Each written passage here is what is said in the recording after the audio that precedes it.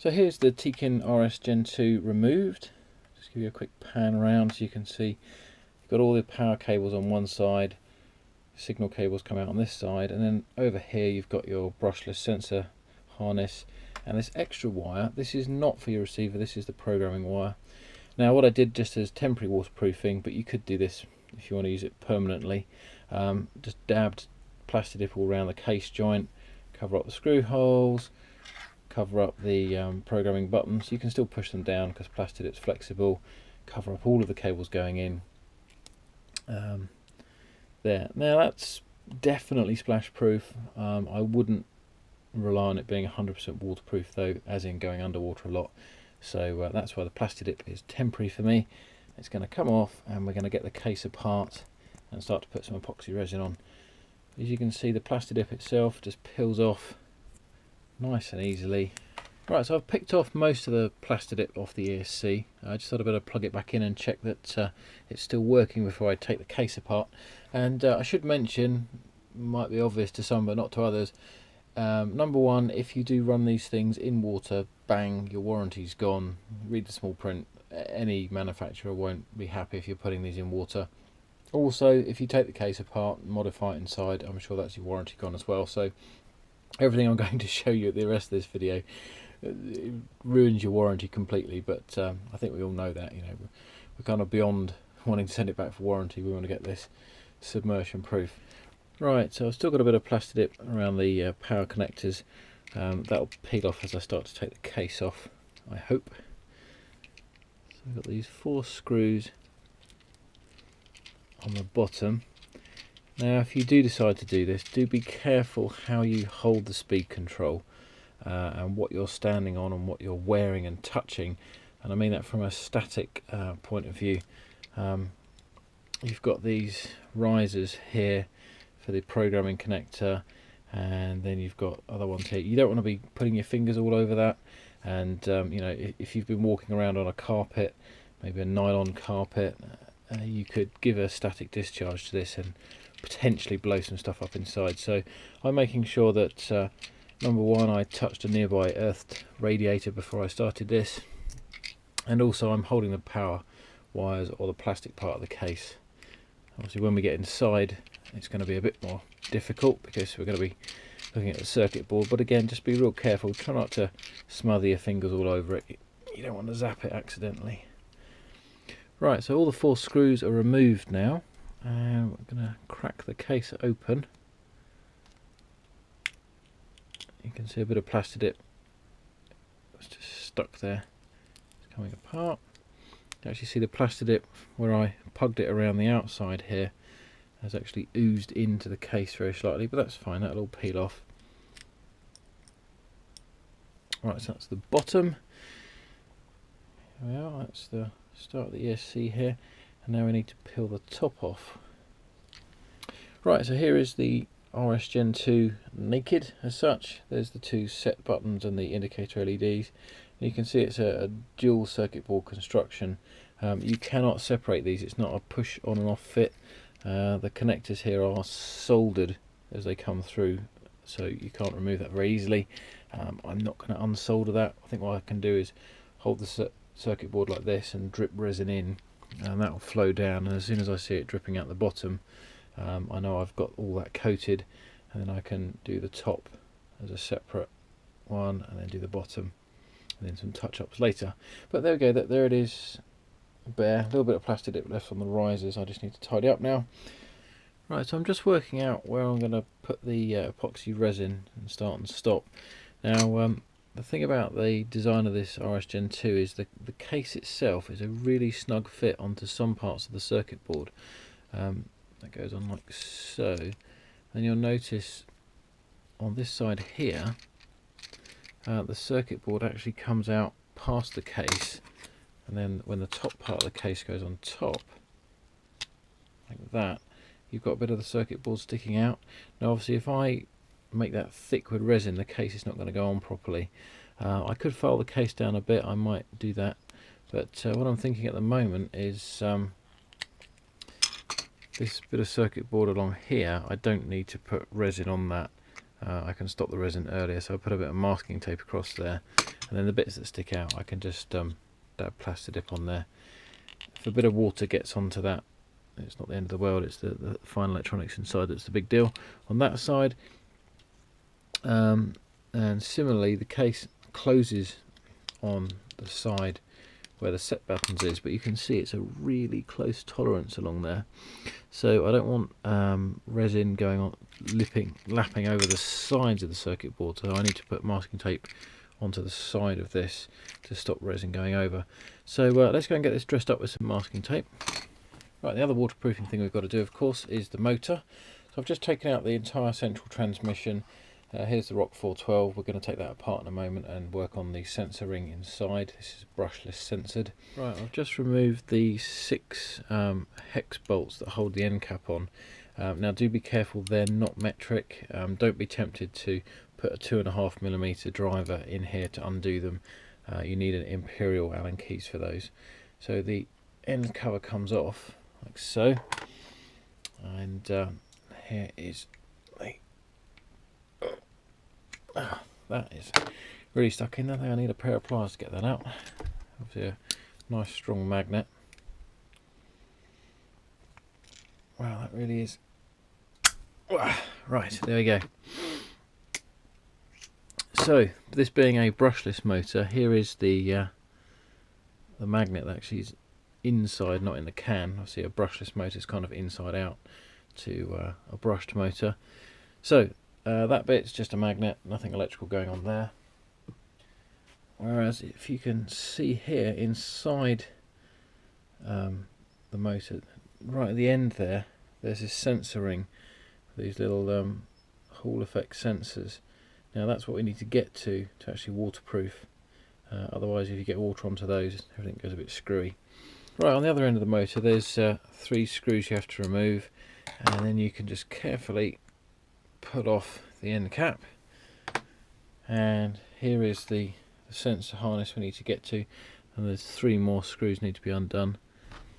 Right, I've removed the 3 internal screws there now. There's this little white piece of insulation. I'll put safe over there. So now this harness should, there we go, that slides off. So this is the thing that we need to waterproof thoroughly. The rest of the can is effectively just a bunch of coils of wire. Now here is the sensor unit. So it's these chaps here that we need to seal up. On that side it's just electrical connections, it's not too crucial, but these little surface mount components here need to be covered up so you can't get water on them. Now for that you could use epoxy resin, or you can use Plastidip. The question is, how close does the rotor go? What the clearance is. You can see the 4 sections of the magnet here. So each one of those, as it wipes past, it triggers one of those sensors. Now I don't know what the gap is between the sensors and the magnet. If you blob that up with resin, which doesn't necessarily cure as thinly as Plastidip, you might affect your clearances. I'm going to go off and do some measuring on that. Right, back to the ESC. I've started to mask it off ready for the first application of resin. So what I'm trying to do is what we'll be doing is pouring resin down in between the 2 circuit boards. Now obviously I don't want that spilling out the sides, so we've got some masking tape on each side, on there, and then it's going to drip out the bottom, and I don't want it dripping onto the power connectors, so I've run some masking tape on the bottom. So what I'm going to do first of all is drip resin into this area here, and then fill that up and let that set. So resin, it's real easy. Most important thing to do, I've found, is to make sure that you think about, okay, once I've got my resin in, how am I going to leave my piece to cure?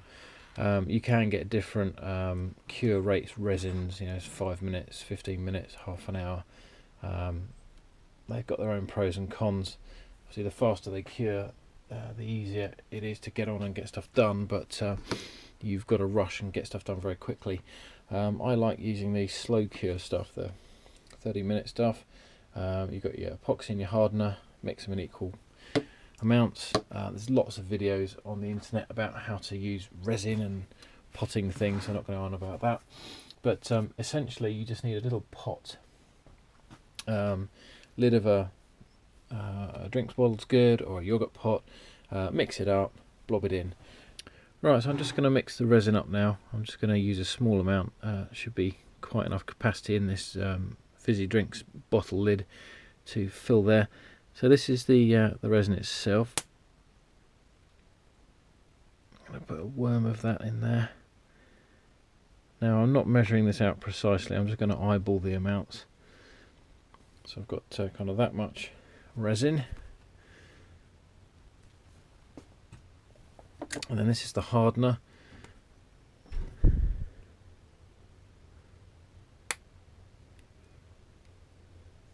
There we go.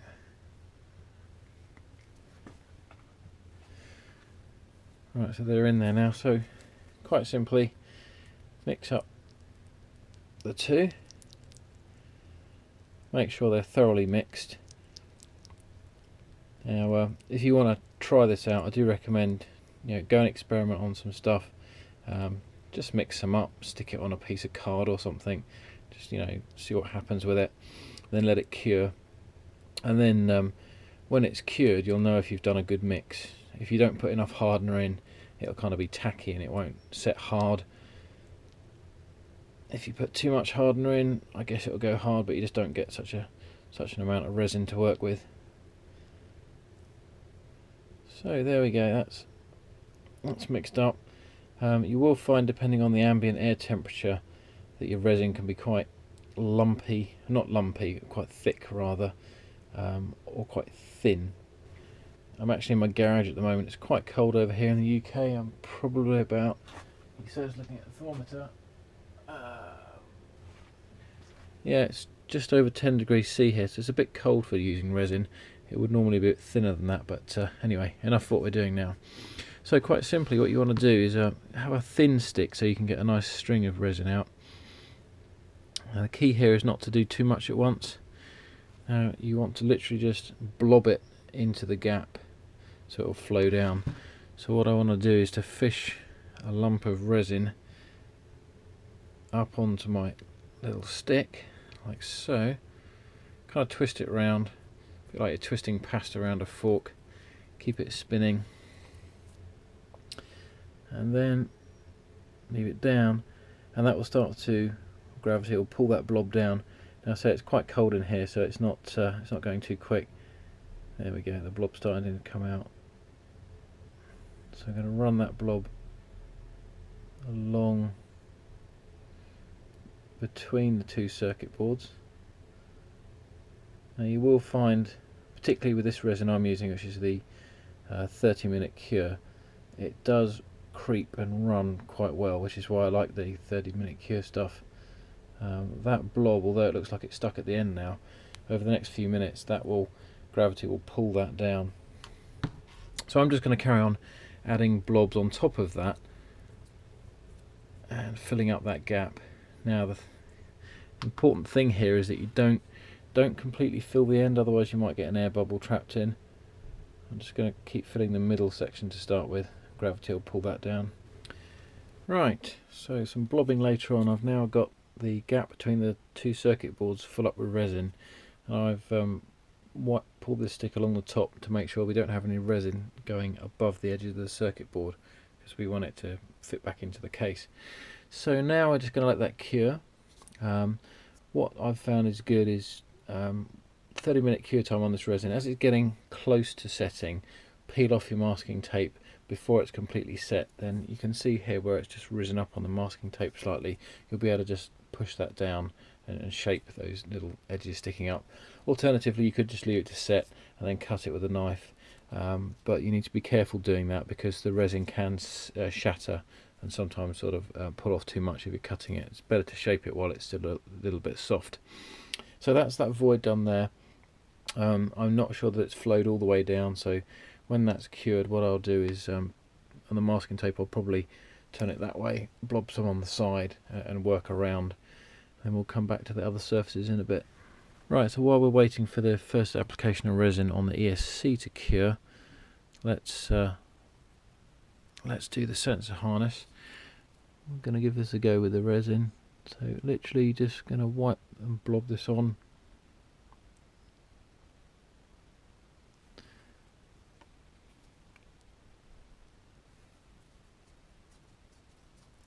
a nice big blob there. We can just dab that over the sensors, get a blob on each, and then I'll start to smooth it around in a moment. What I'm aiming for is having the complete green circuit board ring covered with a very light coating of the resin. Now I may regret using the resin, because obviously once it's set I can't get it off if it's too if it's standing too proud and hitting the rotor of the motor, but we shall see. Obviously the resin is the best from a waterproofing point of view. It is it's not going to lift off like Plastidip can do. It's not going to degrade much over time. Plastidip can kind of wear with vibration and everything else and start to peel off at the edges. I've seen on other things. Right, so now I've got an overall coating on the sensor harness. I'm just going to gently bring it over the edge of the circuit board, just so I can get that resin just sealing up the edge of the fibre of the circuit board, so we can't get moisture creeping in that way. So you don't want to turn this at an angle too much, otherwise your resin's going to start to slide one way or the other. And of course it's very important that when you put this up to cure, that you put it completely horizontal. Even a very, very slight inclination will cause the resin to really run one way or the other. Right, so we've now got the edge of the harness done, and we've got all the components covered. I don't know how well that's focusing on this GoPro, it's a fixed distance. So that's that part done. It's really tempting to go and do other bits while I've got this resin mixed up, but obviously then I can't put this up that way and do that, because this will blob off. So I just have to be really patient, let that cure, and then we can do the other side of the circuit board with another little mix of resin, which is why you don't want to mix up too much, otherwise you're just going to have loads left over. Right, so here we are the morning after, and here is the sensor harness from the back of the motor, now covered up with epoxy resin. Nice and shiny there. What I did notice was, and what convinced me to go ahead and do epoxy instead of Plastidip, if you take the rotor on this Tekin ROC412, the shoulder on the shaft will stop on the bearing, and as you put it in, that's a positive stop, and you can actually see the gap you've got between the rotor and the sensor ring, so you can see that there's absolutely loads of clearance with the resin in there, so nothing's going to rub. So that's fine. Now that's set, I'm going to go ahead, and you can just about see some connectors, solder points there, and blob some epoxy resin on the back of that, and then I'll just do this side of the ring, obviously being careful not to get anything in the bearing. So that's to be done. And on the ESC, obviously it's had all night to cure. You can maybe see here that the resin has slightly soaked down in, obviously a little bit of a top up there. If I peel off some of the masking tape on one of the sides, you can see that the resin has flowed down about halfway, so it's starting there, it's come down to about there. So if I pour some in that way and pour some in the other side, we should get a complete sandwich of resin in there, and we can do the other sides. Right, so I've got some more epoxy resin mixed up now. Get a nice little blob of that. And we're now going to put that down the side of the ESC. This is the side where the signal cables come out to go to the receiver, and once that's set in a few hours, I can take the masking tape off the other side and then pour some more resin down there. So we can turn our attention to the sensor ring.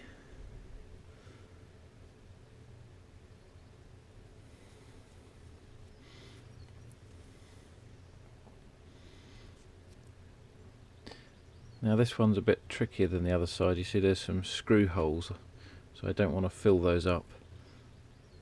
I just want a thin, really thin wipe of resin on each contact area, and then I'll just start to spread it out.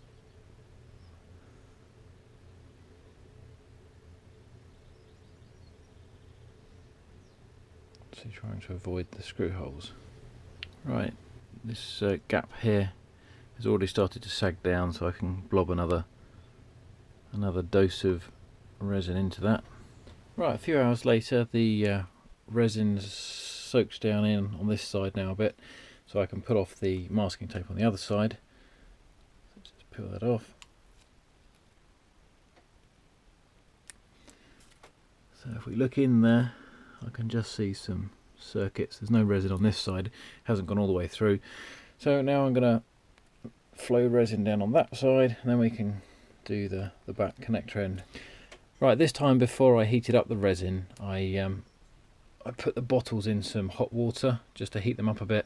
It's quite cold in here at the moment. It's about 13 degrees C, which is a bit too cold for mixing the resin. The resin comes out of the bottles really quite thick and won't flow very well. So this has been heated up, and you can see it's a lot runnier now. So that should flow in this side a bit better than last time. Obviously, if you're doing this in a hotter country, your air temperature is not such an issue. Refer to the instructions on your resin as to the recommended temperature